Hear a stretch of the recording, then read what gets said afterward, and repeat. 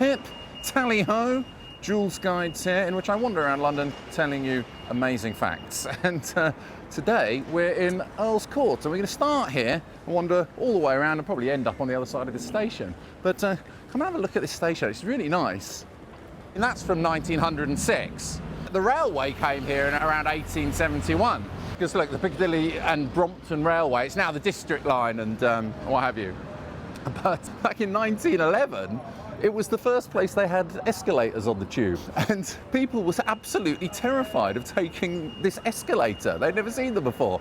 People were feeling physically sick, so they had to employ poor old Bumper Harris, who's a one-legged man who all day long travelled up and down the escalator. That was his job. And you can actually still see his walking stick in the Transport Museum. I think it's in the one in Covent Garden. But just outside the station, look, come over here. Let's go over the road here. They've got this, and it's actually a replica based on a 1929 design by Gilbert Mackenzie Trench, his name was, the guy who designed these. I mean, you used to have them all. They were a common sight up until the 1970s, but there's only about 15 of them left now. I mean, you get the small versions over in the city. Mostly it was for making phone calls and doing paperwork and whatever. You could even lock someone up in one, actually. But this one was installed here in the 1990s. Most people recognise it as being Doctor Who's TARDIS, you know, his spaceship that he goes around the universe in. But it was supposed to be inconspicuous because they were really common back in the 1960s when Doctor Who first started up. So if that landed somewhere, it would kind of look pretty much in disguise and no one would take any notice of it. But now, of course, because you hardly get them anyway, everyone just looks at it and goes, oh, it's a TARDIS there. Yeah. They don't even realise it's a police box. Yeah. Although the original Doctor Who's TARDIS, it used to change, didn't it? It could be a tree, it could be a telephone box, it could be anything, okay, but then I think it suffered some sort of malfunction. Yeah. I remember that right, and so it got stuck being just a blue call box. As far as I think that was in one of the episodes. Anyway, do you know what it stands for, Simon? TARDIS? No, I do not know. Time and relative dimension in space. Oh, there you go. Is it? I hope I'm right, otherwise all the Whovians, as they're known, will write in. I like it though, it's nice. Good Instagrammery. Just a little further along here, you see, let me get into the shade so you can see my face okay. See, it says Old Manor Yard. The whole of Earls Court wasn't really built up like this until the 1800s. There wasn't even a village here really as such, it was just a few houses related to the old manor house of Earls Court, and the Earls referred to the De Vere family, who were like the Earls of Oxford, since the time of William the Conqueror. But I think it was on this sort of area around here, unless I'm mistaken. I'm sure someone will write in. Let's go this way.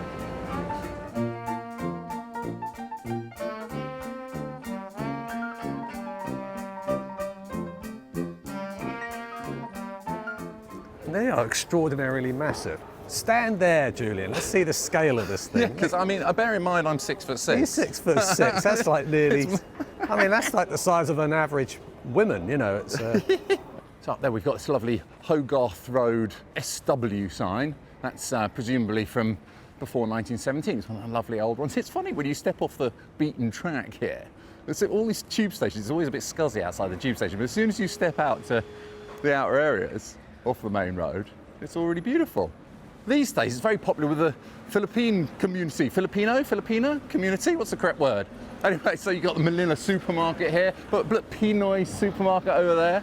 But back when I was young, this was all full of Australians. I haven't seen an Australian working in a pub for years, but over here. But it was always the case that when you went to a pub, it was really, really often you would see Aussies working in a pub, especially around here, because they'd drive up through Asia and Europe in these camper vans, one of those VW camper vans, you remember those? Yes. And then they'd come and find accommodation around here quite often, because there was loads of hotels, bed and breakfast and stuff like that, and then sell the camper vans for other people to get them to go back. And you'd see like whole streets full of camper vans with for sale signs on them. But this was the pub that was really popular with Aussies back in the day. It used to be known as Kangaroo Valley down here. And Barry Humphries, you know Dame Edna, when he arrived over, he arrived on the boat, and he was absolutely appalled by the loutish Aussies, he said, that he encountered in this pub. And also Clive James, you know the famous Australian journalist, he said of the place, there was no mistaking the Earls Court Australians with jug ears, short haircuts and open, freckled, eyeless faces. He said he vowed never to return. He hated it so much. What? Yeah. But actually, speaking of Barry Humphries, he worked for Private Eye. And Private Eye was founded, or I think it was the first editor, was Willie Rushton, who lived just in this beautiful street over here. These streets around here, these houses are from like 1807. These predate the railway. Like, so these probably would have stood alone, I suppose, or there would be similar ones around here. But certainly not all of this other stuff.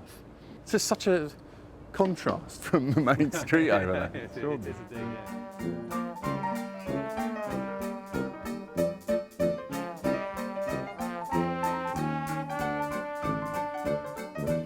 Behind us is the Prince of Teck pub, and the Prince of Teck was a German, and back in 1863 he married a member of the British royal family. He was famous for being constantly skint and always sponging off this British royal. But his daughter married Queen Victoria's grandson, who then went on to become King George V. So, in a way, this pub is named after our current King Charles's great-great-grandfather? Is it? One of his great-great-grandfathers, or great-great-great-great-great-grandfather? I could go farther.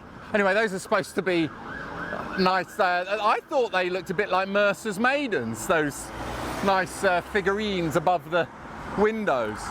On closer inspection, I think they are actually supposed to be the Prince of Teck himself. I think it must be Victorian, this pub. I mean, look at all those dragons and things on top. That seemed to be popular at the time. This road, by the way, Earls Court Road, I don't know if people are going to care about this. I mean, I almost don't care, but I'm the biggest Bowie fan there is. But this is where he recorded the video for DJ, which is not one of his best songs in my opinion, off the Lodger album. But the video is actually quite interesting because he's walking along here in the 1970s. He didn't tell anybody that he was going to do this video, so he just came out unplanned and he's walking along miming to this rubbish song, in my opinion. Some people like it. I'm a DJ, I am what I play, I got believers. And all these fans spot him and they're running up to him and then kissing him, you know, men, women, everybody. He's just getting completely mobbed whilst walking along. I think it's this stretch along here. So it's one of those where the video's probably better than the song. And here, look, Spear Mews. This is a rather nice. These were just little stables for the local bigger houses that sprung up around here in the 19th century. Amazing to think, isn't it? Because these days they must be worth a fortune. Yeah. They're just for horses back then. So just for the viewers, what's a mews? You've caught me there, Simon. I don't know, strictly speaking, what a mews is. I mean, what is it? It's just a little kind of street. Oh. Quite often a dead-end street, but this isn't a dead end. It leads through. They're typically tiny little narrow cobbled streets. Yeah. Yeah, like you say, with a dead end. Sometimes they're gated as well. They're quite exclusive. They often have garages or what used to be garages or what used to be stables, but much smaller houses. I haven't looked that up, so don't ask me stuff I don't know the answer to on camera. Sorry, I only asked just in case you knew.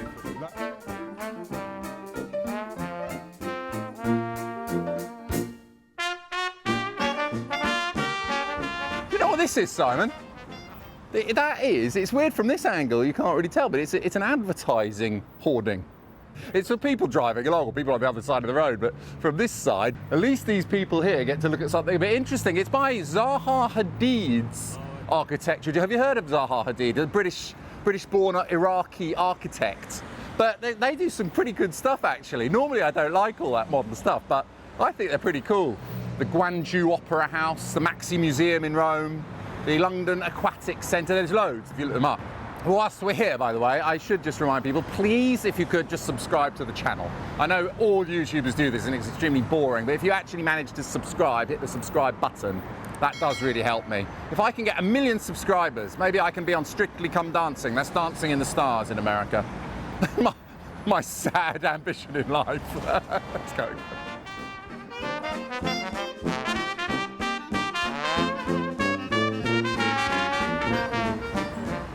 Quite busy, this road, really, but it's got some lovely houses on it. I think Cromwell Road we're on, and this is the one that leads up towards the museums, like the Natural History Museum and all that. It's known as the Polish Corridor, or at least it was after the war, because there were a lot of Polish people in exile. But look, you can still see these old bells for the servants. Look, this is the servants' quarters. So there's a bell there, ding dong. And then there's another one here for visitors. Someone's taken away the bell. Yes, and you got these plates. These are all, I think they were trying to get rid of these from the area, but a group of people in Earls Court Square, they said, no, you can't get rid of those coal hole covers, because you won't get Jules Guide's points. No, they just like to retain the old Victorian era type stuff. I don't know if that one's from Victorian times. Some of them look like they could do with a lick of paint, and some of them look like they might be social housing, whatever, but they must have been really grand places. I don't know who lives in them now. But I do know who used to live here, Simon. Not just Benjamin Britten, but his neighbour, Alfred Hitchcock, used to live here. Look, for quite a while, between 1926 and 1939. So those were the years when he directed The Lady Vanishes, The Man Who Knew Too Much. Is that the one with James Stewart, where James Stewart comes to London? They're doing some work here, and look, these are probably original fixtures that Alfred Hitchcock himself maybe would have brushed up against as he went up the stairs, or yeah, or maybe not. Or maybe. I was just suggesting. I mean, you've got old layers of paint in there, old lead and whatnot, old rusty nails. Ah, You never know. yeah, it could You well never be. know. There we go. There's a little piece of Hitchcock memorabilia for Oh, you, thanks, Julian. Simon. You know, I shall treasure that. yeah. A lot of the places along here are still hotels. I mean, there's loads of them. In fact, Hitchcock had quite a nice view down there. And look over here. We saw the servants' bell earlier on, but now look, this one's for the visitors. Look, this one's still got it, still has it intact. It's nice there, isn't it? Lovely.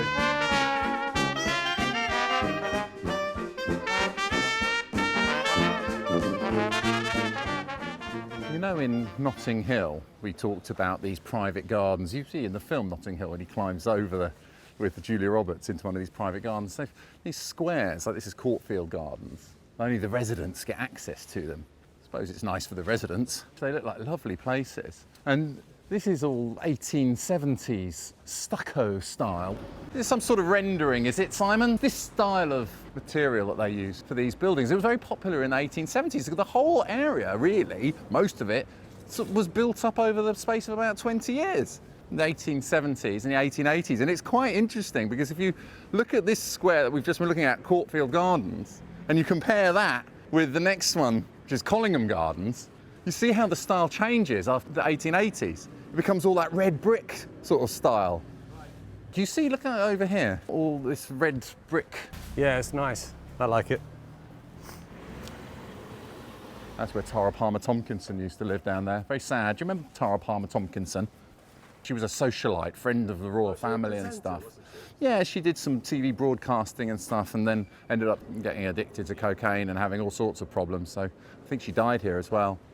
Would you like to be described as a socialite, Simon? No. Because I'm not. An anti-socialite, that's what you are. These are very typical of that period, don't they? That must be 1880s, this style. Oh yeah, you see a kind of lot of brick that carving. kind of brick carving. Yeah. It's nice. You get a lot of it around Mayfair as well. Time it must have taken. Yeah, this is the thing, it's the craftsmanship of all this brickwork. Look over there, above the doorway there. Yes, you know, so intricate. But yeah, Harold Petto, the guy, one of the guys who designed all this stuff, lived on the end there. So he obviously made sure that he did all right for himself. I think he lived in number 9. But we're going to go along there to a very important house, very close to my heart. And I'll see you over there in a minute. Actually, this isn't the one that was very close to my heart, but I just want to mention it. This is the St. Lucia High Commission. I don't quite know what the difference between an embassy and a high commission is, but St. Lucia is the only country in the world that's named after a woman. Do you know that? St. Lucy of Syracuse, Christian martyr. And I know you're racking your brain now trying to think of some others, but it's not, it's the only one. Looks like the Dominican High Commission is there as well. So we're walking along Brompton Gardens here. We're just going to pop over to Glendo Gardens over here. Do you know what happened in this particular place? I have no idea. This is where Andrew Lloyd Webber wrote Jesus Christ Superstar. Oh, really? That's a good one. I like that. It is. Okay. Big fans of Jesus Christ Superstar. Yeah. And I like to think, because each year we hold a little Jesus Christ Superstar party and we all get dressed up, and Simon, of course, has to play the leading role. And very convincing he is too. I shall be including a picture of that, Simon, whether you like it or not.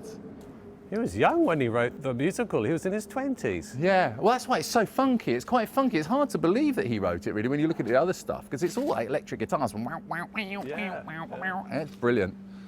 Tell me what's happening. What's the buzz? Tell me what's happening. What's the buzz? Hey, cool it, man. I love those. They got these little bits. Hey, cool it, man. How much more do you do to convince you Every that you've day, made that's my it really a star? I mean, this is the Boltons. Well, I just wanted to come down here and just show you how big it is. Big houses, big rich people. I mean, Douglas Fairbanks lived down here. He used to entertain the Queen and Prince Philip. And Madonna, I think, had a place down here. And, oh, well, one day, Jenny Lind, she must have been pretty wealthy. She was an opera singer. She's from Sweden. And you'll know her because if you've seen The Greatest Showman, Hugh Jackman's character has a little sort of almost affair with in it. He kind of falls for her or whatever. And she lived there. Look at that, Jenny Lind. Madame Goldschmidt, I guess she was known as. Beatrix Potter has a plaque here. She lived around here for many years. They've now turned this area into a school. I think it's on the site of where she lived. I mean, it was in 1893 she wrote a story about Flopsy, Mopsy and Cottontail and Peter. But later in 1902, that ended up being the story of Peter Rabbit. It was published to wide critical acclaim and went on, of course, to do Jemima Puddle Duck, Jeremy Fisher, all these other ones.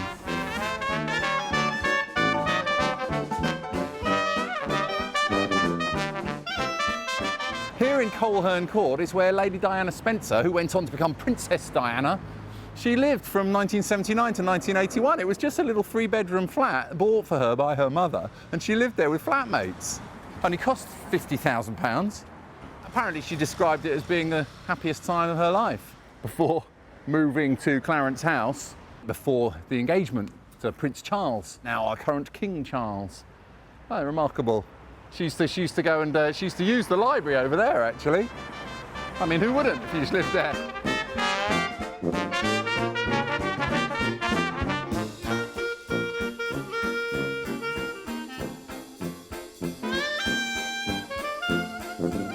Now here on the corner of Old Brompton Road and Colherne Road is, well, this is the Pembroke pub, but it used to be the Colherne Arms. Look at that, from 1866. I mean, as early as 1930, they were having drag acts in here, but it was most notorious in the 1970s and 80s and 90s because this was the stamping ground for quite a lot of serial killers. Michael Lupo, Colin Ireland, and most famously Dennis Nielsen. He was the one in Cranley Gardens up in... he'd meet his victims here and he'd take them back to his flat to Cranley Gardens in Muswell Hill, but I think he was living in Kilburn before that. And down Colherne Road, just down here, you probably think that I'm obsessed with the American Werewolf in London film, but this at number 64 is, I think it's Jenny Agutter's flat. The protagonist goes back there and he turns into the werewolf. It was a full moon just the other day as well, wasn't it? So, look at that. I mean, but, you know, the reason I love those films so much, beautiful square, isn't it? Look at this lovely church. The reason I love those films so much is because they're set on location in London. I love, you just don't get it very often anymore. Now it's all done with green screen and stuff like that, but it's a wonderful film. They go through Piccadilly Circus and all sorts of places. And it's very gritty as well. It really kind of represents London at that time. Yeah, when was it? 80s, I suppose, just before the 1980s, so yeah.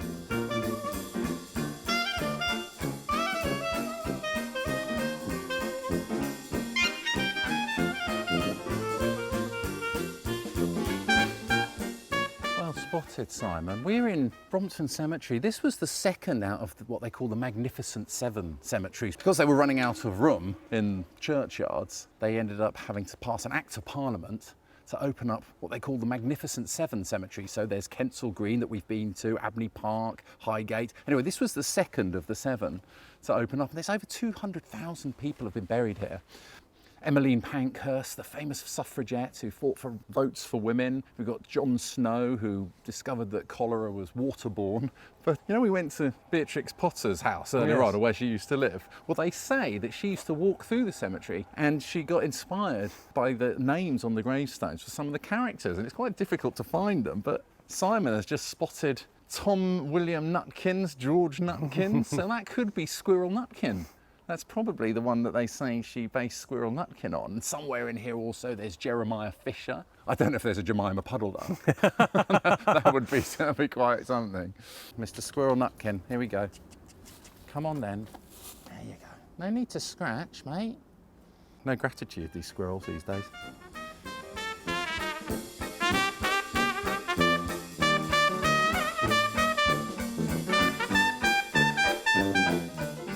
This is actually based on the St. Peter's in Rome. You know, it's San Pietro, where the Pope comes out, addresses the crowds. You can see the similarity. This is the grave of Long Wolf, Chief Long Wolf, who was a Sioux Indian who came to England and performed in Buffalo Bill's Rough Riders and Redskins show, which was over there at Earls Court. This wolf here, this was a design that Chief Long Wolf did on his deathbed. So that was based on, he drew that himself, more or less. Although he's not here anymore, because his body was exhumed and taken back to America. That's Stamford Bridge, the Chelsea Football Club, over the other side there. And just north of there used to be the Lily Bridge Sports Ground. It was quite popular for a while. They hosted the first amateur boxing matches under the Queensberry rules. And in 1873, it hosted the second ever FA Cup final, where Bolton Wanderers defeated the mighty Oxford University. You're not supposed to film me while I've got this on my head, That's because when you're going through the shots, you won't know that that's what you're talking about. I'm talking about that. I know you are, but when you're going through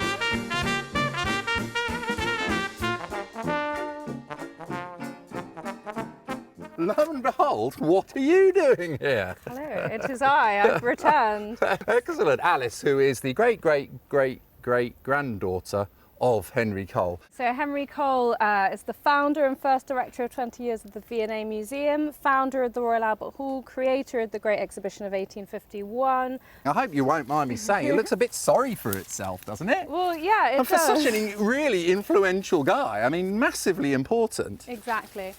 Next year, I don't know if you know, is 175 years since the Great Exhibition of 1851. Right, I didn't know that. In honour of this, and Henry Cole being the creator, we're going to restore his grave. And we're going to have a little kind of mini Great Exhibition on top of the grave. He sent the first ever commercialised Christmas card, popularised Jack and the Beanstalk. He really changed British culture. But also the fact that his grave is how it is just kind of highlights how humble he was a person and how he hasn't been recognised until today. So every birthday that he has had the last 3 years, my family are getting together to do some kind of big promotion. Next year is the grave restoration and then a documentary hopefully the next year. And he's overlooked by these buildings over here, Simon. Yeah, that's Ifield Road backing onto the cemetery here. And that's where my father and aunt used to live. If it's not his father and aunt, it's his brother or it's someone. They must have collectively lived everywhere in London. I don't know which house though. Well, it's nice that they lived there. Oh.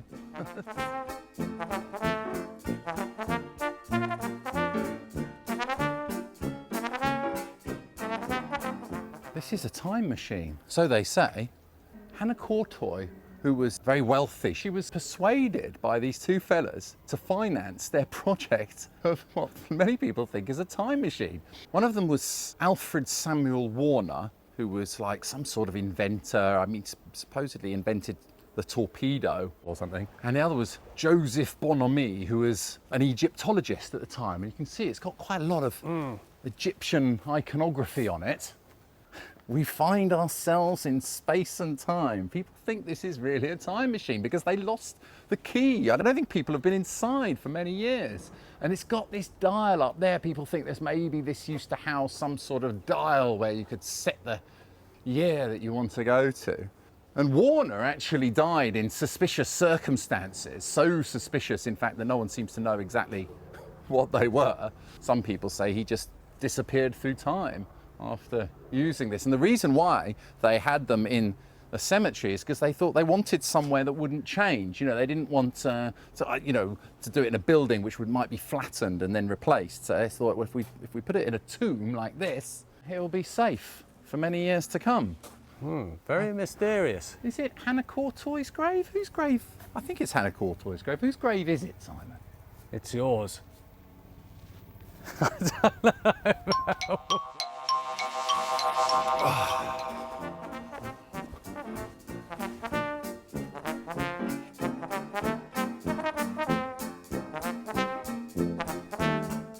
There's not much to look at the Tesco Express there because they completely rebuilt it. But that's the location of the Lord Ranelagh pub, which played a pioneering role in the Earls Court gay nightlife scene. I mean, people like Kenny Everett used to go down there, Rudolf Nureyev, and Freddie Mercury, of course, because Freddie Mercury only lived up there. So it would have been an easy hop, step and a jump from where he lived. They hosted the first Queen of the Month drag contest, which got a lot of media coverage. But of course now it's all been flattened and turned into a Tesco Express. It's just more or less opposite this school, which Rita Ora attended. If you're a Rita Ora fan. Hello! Or a Jules Guides fan, like that lorry driver. It's interesting, isn't it, how like those look in need of repair and then the ones over to the right here are all just spruced up. A lot of things like Minder and the Sweeney, they used to shoot those around this sort of neighbourhood. And everything looked like that in Minder. No, but yes, these days right. it all looks like Yes, that that's in the right, 70s. yeah.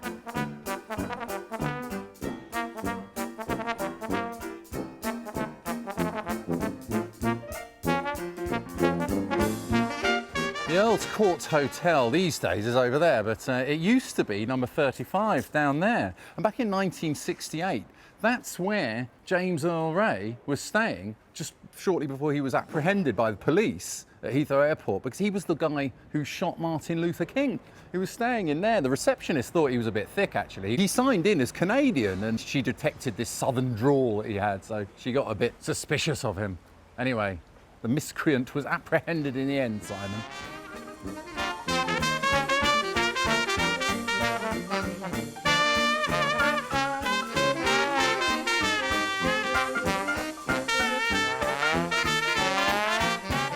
That's where the Earls Court Exhibition Centre used to be. You've been there, probably quite not that long ago. Oh God, I did the Ideal Home exhibition there. I remember working there, it was horrendous. It's just opposite the other side of Earls Court Station. Quite interesting design that, isn't it? It doesn't really match the one on the other side.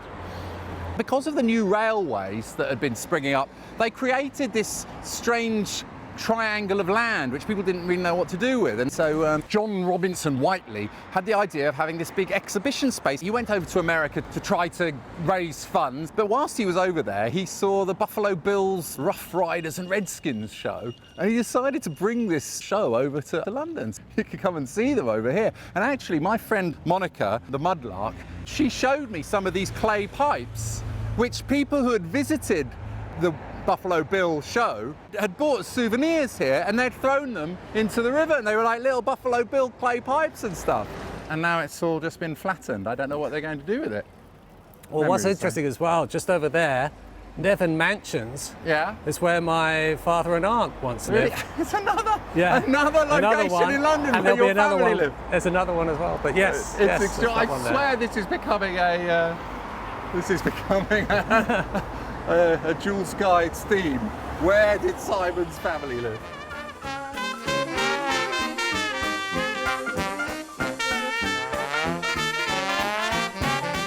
Hi. So the Troubadour was opened in '54. It became popular during the British revival, folk revival. This is Bob Dylan and Martin Carthy Really? in one of his Which one's first is that Bob Dylan? Marcel Marceau. Oh, really? I saw him live. Excellent.